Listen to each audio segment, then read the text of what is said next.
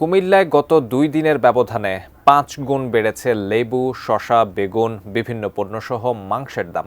কুমিল্লার চকবাজার থেকে বিস্তারিত জানাতে সরাসরি যুক্ত হচ্ছেন প্রতিনিধি হুমায়ুন কবির জীবন। জীবন, চকবাজার অত্যন্ত জমজমাট একটি বাজার। এই রবি মৌসুমে আমরা জানি যে ভালোই ফসল উৎপাদন হয়েছে, তারপরও দ্রব্যমূল্যের এমন ঊর্ধ্বগতি কেন? ক্রেতারাই বা কি বলছেন?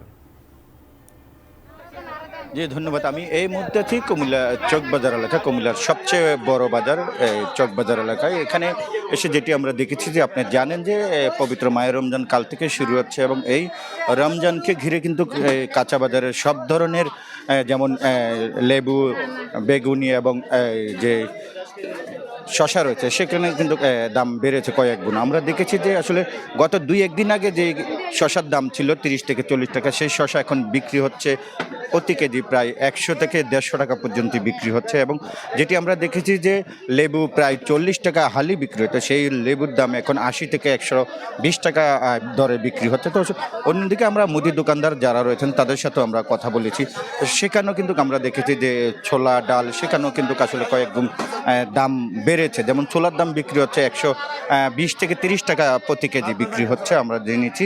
এবং সব কিছু মিলে আসলে রাজগঞ্জ, চকবাজার এবং বাসামি বাজার সেই সকল বাজারে কিন্তু যেটি আমরা দেখেছি যে আসলে এই রমজানকে ঘিরে সব ধরনের নিত্যপণ্যের দাম এবং কাঁচা শাকসবজির দামও কিন্তু বৃদ্ধি পেয়েছে। তো বলা যেতে পারে যে কুমিল্লার বাজারে আসলে এই রমজানকে ঘিরে সব কিছুর দাম বেড়েছে এবং যারা ক্রেতা রয়েছেন তারা বলছেন যেন বাজার মনিটরিং করা হয় এবং যারা সিন্ডিকেট রয়েছে তাদেরকে এই সিন্ডিকেটের হাত থেকে বাজারে যারা সাধারণ ক্রেতা তাদেরকে যেন মুক্তি করা দেওয়া হয়, সেটাই তারা চাচ্ছেন। এবং সব ধরনের পণ্যের যদি দাম কমায় তাহলে হয়তো এই রমজান মাসে যারা ক্রেতা রয়েছেন তারা কিন্তু আসলে কিছুটা স্বস্তি পাবেন। এবং তারা বলছেন যদি জেলা প্রশাসন মোবাইল কোর্টের মাধ্যমে বাজার মনিটরিং করেন তাহলে হয়তো বাজারকে কিছুটা নিয়ন্ত্রণ করা যাবে। তো এই ছিল কুমিল্লা থেকে আমার কাছ থেকে সর্বশেষ।